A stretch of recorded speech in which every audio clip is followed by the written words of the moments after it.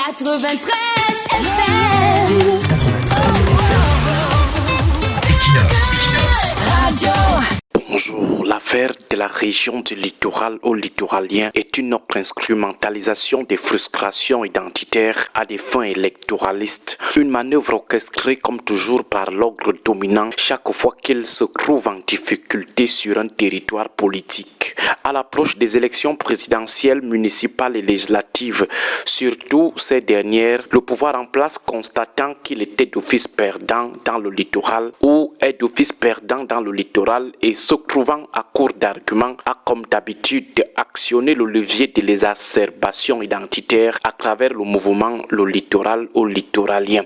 C'est une vieille technique du régime de Yaoundé, amplifier le tribalisme lorsqu'il sent que les urnes lui seront défavorables, que ce soit au niveau national ou dans une portion spécifique du pays.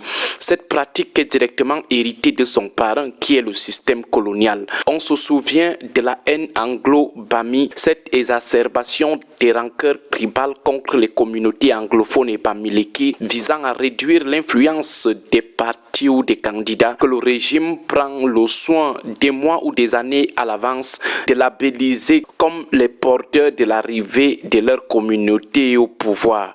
C'est le régime qui fabrique généralement ce faux narratif pour susciter une haine tribale censée aboutir, selon ses calculs, à un rejet électoral. On se rappelle également de cette tentation de stigmatisation dirigée souvent contre les nordistes à des élections précises, une hostilité qui dépasse parfois le cadre ethnique ou ethno-régional pour contaminer la sphère de la religion musulmane. Un phénomène dont quelques reliques ont été observées lors de la dernière élection présidentielle et durant la crise post-électorale.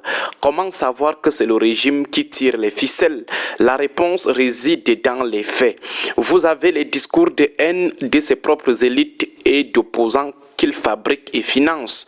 Vous avez le financement occulte des porteurs de cette entreprise de division. Vous constatez l'implication des officines du régime dans la structuration des milices basées sur le repli identitaire autochtone. Vous observez la facilité d'accès aux médias accordés aux promoteurs de la haine tribale et surtout vous notez le silence complice du régime devant les campagnes de rejet identitaire malgré leur dangerosité. Voilà comment se manifeste l'implication de l'ordre dominant dans ces rejets d'instrumentalisation des frustrations dont le but ultime est la neutralisation politique des partis ou des opposants redoutables. Le tribalisme ainsi exacerbé n'est pas une haine extrémiste en soi, c'est un extrémisme purement conjoncturel qui répond à un besoin précis, bien loin de la simple détestation d'une ethnie ou d'un groupe sociologique primaire. Ce besoin, c'est l'élimination politique d'un adversaire via la diabolisation de sa communauté d'origine que le régime prend le soin d'accuser d'envahisseurs ou d'ethno-fascistes. Dans le cas de la haine tribale tapis derrière le mouvement des littoraliens, il n'y a pas d'élan idéologique sincère, d'où d'ailleurs sa désapprobation par plusieurs originaires du littoral. Les acerbations tribales n'étant qu'un outil politique calibré pour des échéances électorales précises. C'est l'avenir. De plus, la défense identitaire invoquée comme motif n'est qu'un prétexte pour inciter un rejet d'une communauté présentée comme envahissante et nuisible sur le plan électoral. Dans le littoralisme ambiant, derrière la campagne de détestation de la communauté cible, il n'existe donc aucune réelle conviction de défendre l'identité ou les intérêts des populations du littoral. D'ailleurs, pour défendre les siens, on ne commence pas par haïr les autres. Pour défendre ta communauté, tu dois tout simplement commencer à t'investir dans son rayonnement et son développement. Par exemple, vous levez des fonds, vous construisez, vous menez des plaidoyers auprès de l'État, premier garant de la protection des minorités, vous déployez des actions concrètes sur le terrain et vous vous investissez matériellement et financièrement pour que les enfants de votre communauté émergent. C'est par là que commence la véritable protection de sa communauté. Ce n'est pas en promouvant la détestation des autres ni en organisant des marches de haine que ta communauté va se développer et s'épanouir automatiquement.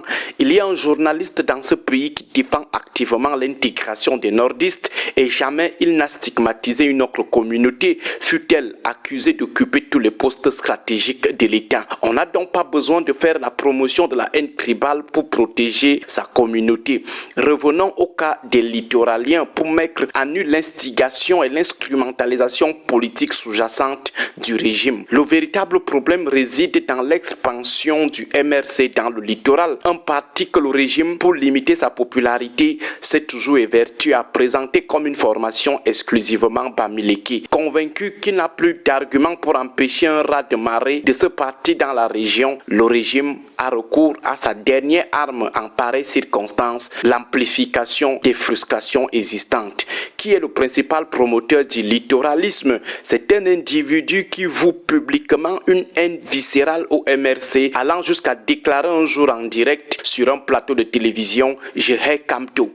Depuis des années, le régime n'a jamais dit mot. Aujourd'hui, face à des marches de détestation masquées en mouvement de défense des intérêts autochtones, avez-vous vu le pouvoir broncher? Personne n'a été interpellé. C'est donc une affaire pensée en haut lieu. Même si le MRC présentait aux prochaines élections les listes constituées uniquement des natifs du littoral, le problème persisterait. Et vous verrez qu'au lendemain des élections municipales et législatives, cette histoire de littoralisme s'arrêtera immédiatement. Que les officines du régime sachent seulement qu'il n'y a pas deux façons de fermenter un génocide et qu'elles arrêtent de jouer avec le feu. Bon début de semaine à tous. 93